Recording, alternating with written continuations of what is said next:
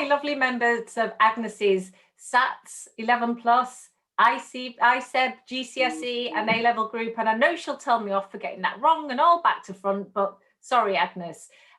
This is our new segment called Tutor Focus. My name's S.L.Ager, and I'm the author of the Cadwallader Quest vocabulary novel series, which you can see there behind me.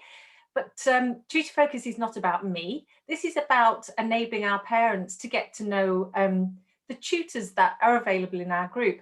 However, the tutor that we have today is already quite well known. And if you want him to teach your children, I suggest that you contact him and get your child on the list when your child is born. Anyway, I'd like to say a warm welcome to the wonderful Richard Gray. Hi, Richard, how are you? Hey Sheena, I'm good. Thank you so much for the kind introduction. It's completely true. So with Tutor Focus, we literally do want to get into the nitty gritty quite quickly so that parents can understand a little more about you and not too much waffling from me. So Richard, tell us, what is your specialty? What do Um, you so tutor? So my name's Richard Gray. I specialize only in teaching 11 plus creative writing. So my students are strictly from year 4 to year 5. But I do have some kids in year 6 if they want to study for one extra term if they're doing independent schools. So it's literally only 11 plus creative writing that I teach. I was originally based in Kingston in Brook Kingston Lodge Hotel, but obviously with the coronavirus pandemic, everything's online at the moment. So I only tutor on Zoom, but I'm hoping to hopefully return back to that Kingston hotel for my Sunday classes, but my weekday classes will still be on Zoom. It's just because I've now got clients from all over the country.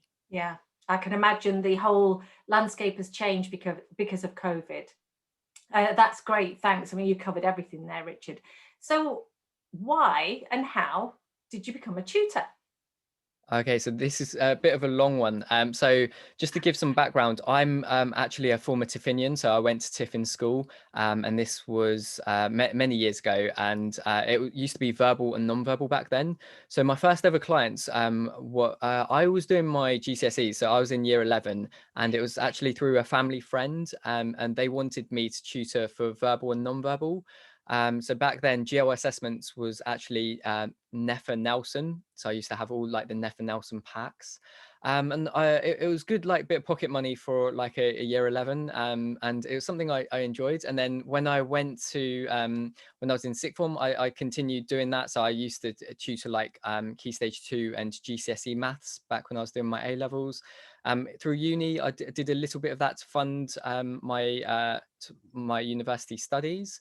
But the real, I think the real trigger point for me was when I founded a project called Mathomaniac. So this was in my first year at UCL. And basically, I knew I needed to get something down on my CV for the investment banking internships, because my plan was from pretty much when I was doing my A levels, I knew that I wanted to go into investment banking. And the honest reason is because I wanted to make a ton of money. I'm from a working class background, and I'm not ashamed to say, like I was very money driven, and for me that was the most important thing. So it was get my CV looking really good, and I'll be able to hopefully do well in like the investment banking assessment centers and interviews. But in order to get the interviews, you've got to have a really eye-catching CV. And I just thought this would be something. So it was basically for selfish reasons initially. I just wanted to make my CV look good. So I founded this project called Mathomaniac. I co-founded it with a girl called Jenny. It's actually still running at UCL at the moment. So it's got like a legacy, but Jenny and I founded it. And what our intentions were to make maths fun and educational for local primary school kids from deprived areas. And I didn't realize like how much of an impact it would have on me, because that's when I realized I really love working with children. But I still went into banking because it was the highest paid opportunity. But when I was working in finance, this always stuck in the back of my mind.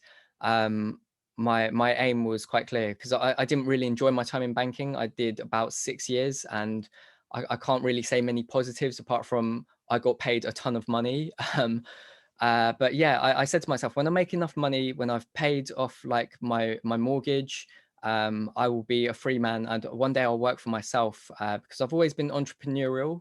Like in school, I used to sell sweets and used to sell my homework. So I knew one day I will work for myself. It's just I didn't know what exactly I'd do. And then I thought, why not combine my passion? Because I honestly just love teaching kids. And I think it's something I'm really good at. And even when I was working at a hedge fund, the CEO asked me to tutor his son maths.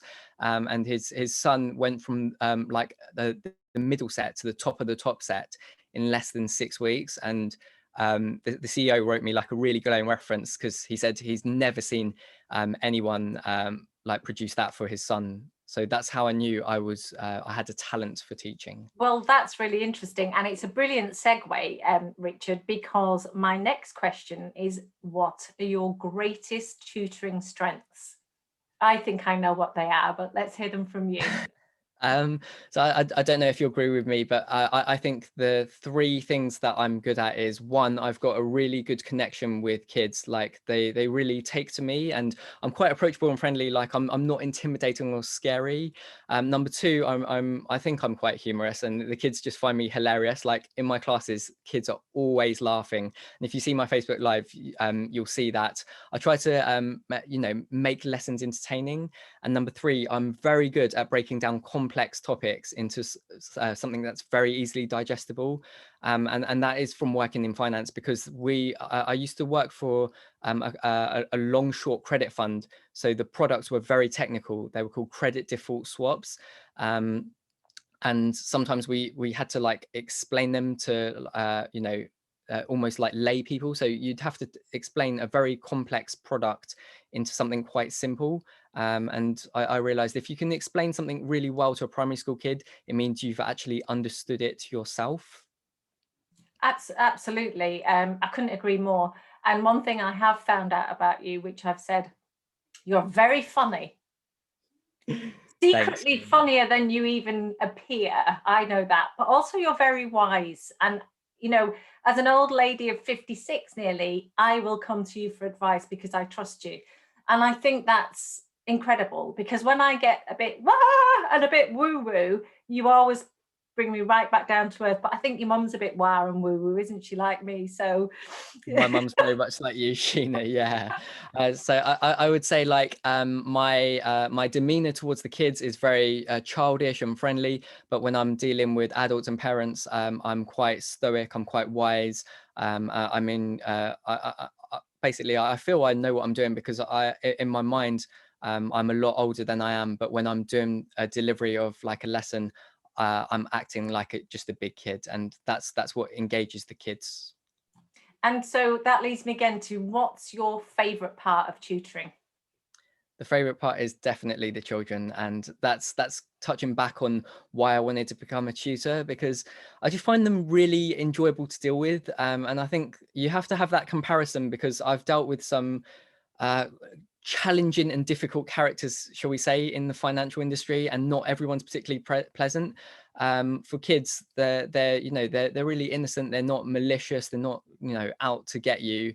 I've dealt with some quite terrible office politics, and so for me to work with kids who have that innocence about them, it's just really quite wonderful. So for me, it's always my students, but I always call them my kids, because I feel like I feel really connected to them. Yeah. Great answers. I wish you'd been around to teach my kids. So this is kind of the standard before we close question, Richard. And you are only allowed one. So what would be your one top tip to a parent for the 11 plus? And creative writing, obviously. So this is actually to do with reading, but that ties into creative writing. And it would be to read with your child. And also it's try to do it as early as possible. So I'm talking about like in year 1 and year 2. This is not specifically for the 11 plus, but I truly believe that reading is the foundation. It gives you the building blocks to become a good writer.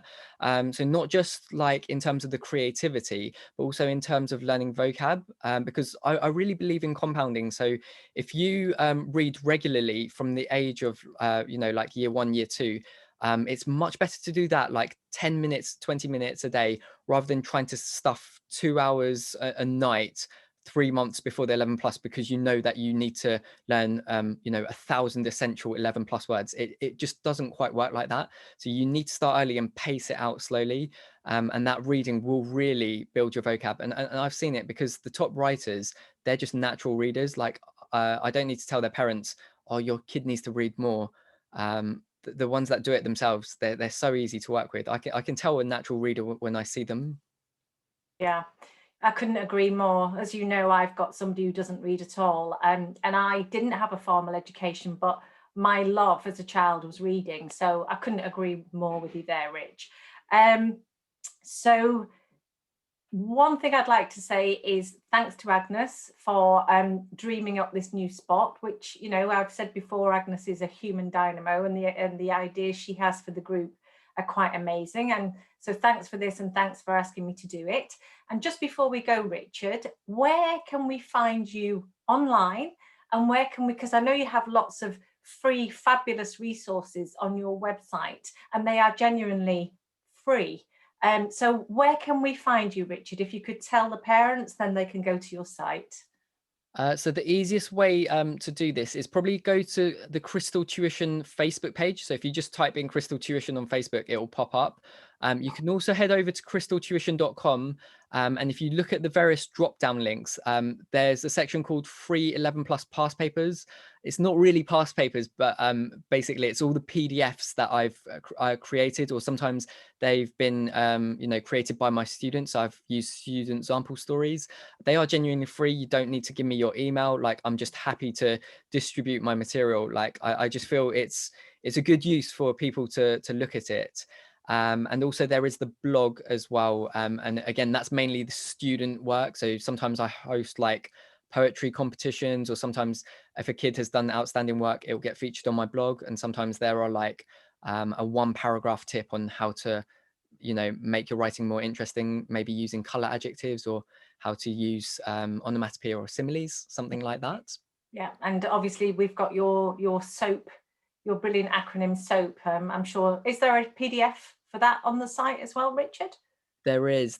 And if you type SOAP creative writing technique just in Google, my video on YouTube will pop up. It's the Superb. first one.